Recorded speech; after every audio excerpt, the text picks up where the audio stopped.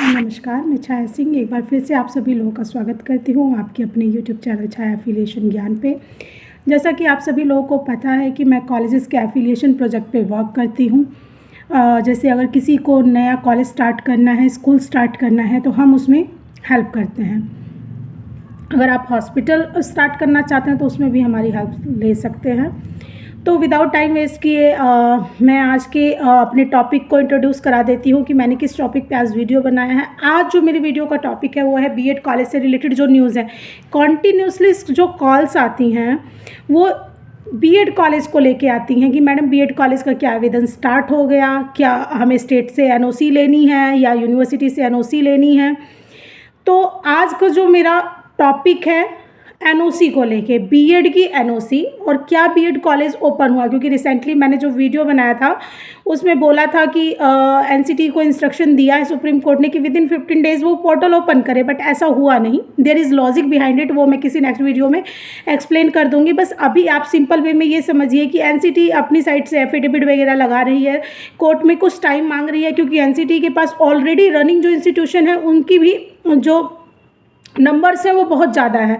तो उनके साथ भी कुछ कभी ना कभी किसी न किसी तरह का इशू रहता है कि कोई कॉलेज विड्रॉल हो गया, किसी की सीट कम हो गई या किसी रीज़न से इंस्पेक्शन नहीं हो पाया। तो काफ़ी मैटर्स ऑलरेडी होते हैं जो कि एनसीटी को अपने मिनट्स में सॉल्व करने होते हैं। इस वजह से एनसीटी थोड़ा सा टाइम ले रही है। बाकी कुछ सेकंड जो मैटर है वो ये भी हो सकता है कि कोर्स को लेके थोड़ा सा कंक्लूज़न अभी तक नहीं हो पा रहा है कि इंटीग्रेटेड करें, सिंपल करें।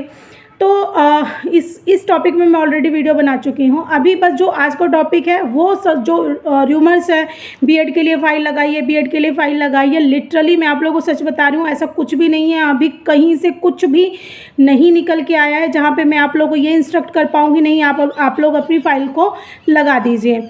और दूसरा जो क्वायरी होता है वो ये होता है कि मैडम क्या हम एनओसी के लिए अप्लाई कर दें, हमारी जो स्टेट है वो एनओसी दे रही है। तो सबसे पहली बात कि एनसीटी जब भी पोर्टल ओपन करती है वो खुद से एक लेटर रिलेटेड यूनिवर्सिटीज़ को भेजती है, एजुकेशन डिपार्टमेंट को भेजती है कि आप हमने ये कोर्स लॉन्च किया है, इससे रिलेटेड जो भी आपकी स्टेट की प्रक्रिया है आप उसको पूरा करें। तो मेरी ये चीज़ नहीं समझ में आ रही है कि स्टेट का सबसे पहली बात कि यहाँ कोई रोल नहीं है। अगर आप बीएड ले रहे हैं, इंटीग्रेटेड ले रहे हैं, तो उसमें यूनिवर्सिटी एनओसी आपको देगी। तो यूनिवर्सिटी एनओसी अगर आपको दे भी रही है, आप ले भी ले रहे हैं, तो आप मुझे ये बताओ किस कोर्स के लिए आप ले रहे हो, कोर्स क्या है, क्या कोर्स है, किस कोर्स के लिए ले रहे हो। क्योंकि ये चीज़ तो अभी एनसीटी ने डिसाइड ही नहीं किया कि वो इंटीग्रेटेड कर रही है या बीएड कर रही है। अननेसेसरी के र्यूमर से मार्केट में इतने फालतू कंसल्टेंट बैठे हुए हैं, मतलब जो दिमाग की दही करके रख देते हैं। और उसका कंटिन्यू कॉल मेरे पास आता है, मैडम लग रही है फाइल है, ये कह रहा था, वो कह रहा था, कुछ भी नहीं कह रहा था। स्टार्टिंग में बस आप इतना कर सकते हो कि आप अपनी ज़मीन, बिल्डिंग, लैंड तथा पेपर्स को तैयार करके रख ले, एनओसी आप ले लो। क्या मतलब है, उस चीज़ का कोई मतलब है? तो मेरे हिसाब से अभी कुछ भी करने की ज़रूरत नहीं है। 10 दिन, 20 दिन, 1 महीना, 1 साल, जितना भी टाइम लगता है, पहले आप एनसीटी की नोटिफिकेशन का वेट करो, देखो कि उसमें न्यू इंस्टीट्यूशंस को अपॉर्चुनिटी मिल रही है या ऑलरेडी रनिंग इंस्टीट्यूशंस को मिल रही है, किसको मिल रही है। देन उसके अकॉर्डिंग अपनी यूनिवर्सिटी में जाके एनओसी लो। स्टेट से एनओसी नहीं होती है।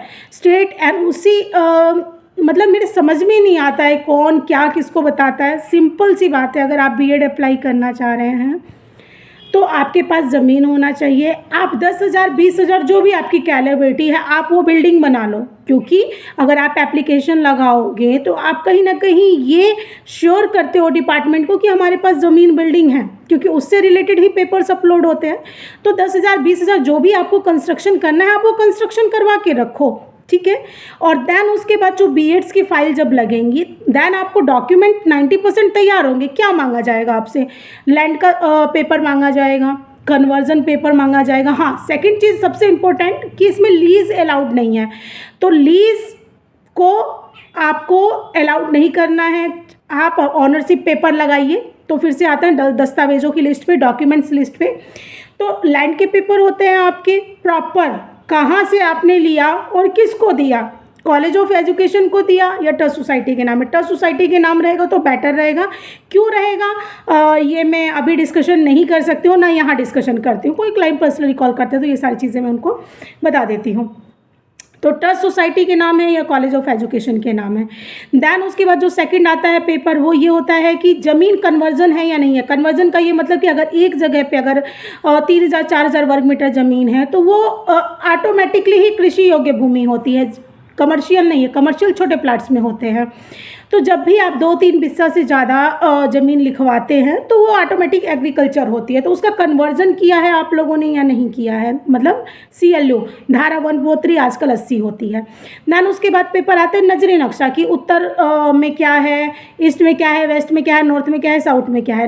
देन उसके बाद आता है नाला है, शमशान घाट है, क्या है उसका एक सर्टिफिकेट, हाई टेंशन वायर नहीं जा रहा है वहाँ से। देन उसके बाद जो पेपर होता है सबसे इंपॉर्टेंट, वो ट्रस्ट सोसाइटी का पेपर होता है।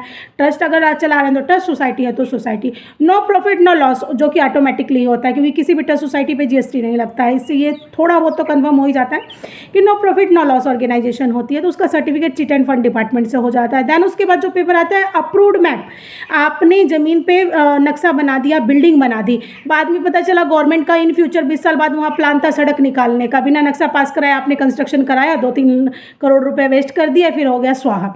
तो नक्शा पहले पास होता है, वो इसीलिए होता है कि हमें पता चले कि हमारी जो ज़मीन है हम वहाँ इन्वेस्ट करके सेफ़ है।